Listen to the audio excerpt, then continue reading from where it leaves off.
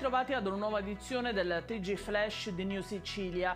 In apertura un incidente mortale è avvenuto ieri pomeriggio a Catania in via Cifani nei pressi dello stadio Massimino, in cui ha perso la vita il 35enne Salvatore Cantarella. A lutto la movida catanese, Salvo era musicista e DJ. Il sinistro è avvenuto intorno alle 18:45. In base a quanto emerso si sarebbe trattato di un sinistro autonomo. Il 35enne si trovava a bordo di una moto quando avrebbe perso il controllo del mezzo, finendo contro un muro.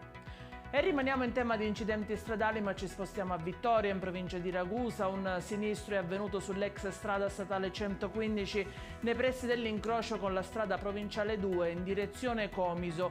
Si è trattato di un incidente autonomo che ha visto coinvolto un camion rimasto incastrato in un ponte contro cui il conducente dell'autocarro si sarebbe schiantato.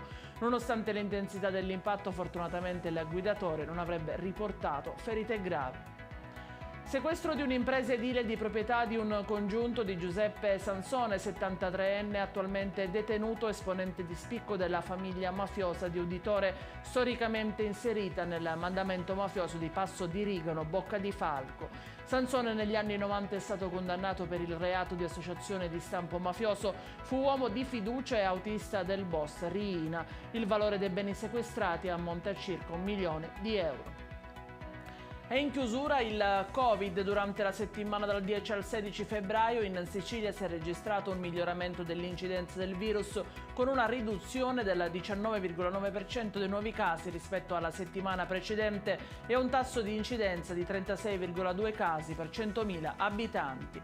I posti letto occupati da pazienti Covid in area medica in terapia intensiva sono sopra la media nazionale, sono i dati del report della Fondazione Gimbe. Questa era l'ultima notizia, il TG Flash ritorna con nuovi aggiornamenti alle 20. A più tardi.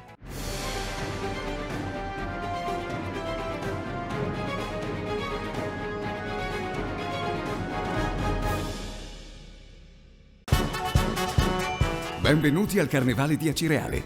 Dal 4 al 21 febbraio, coriandoli, luci, colori e tanto divertimento. Carri allegorici, gruppi, costumi, eventi, maschere e mascheroni. Uno spettacolo unico per un'esperienza ricca di allegria e di belle emozioni. Carnevali di Acireale, la festa più bella di Sicilia.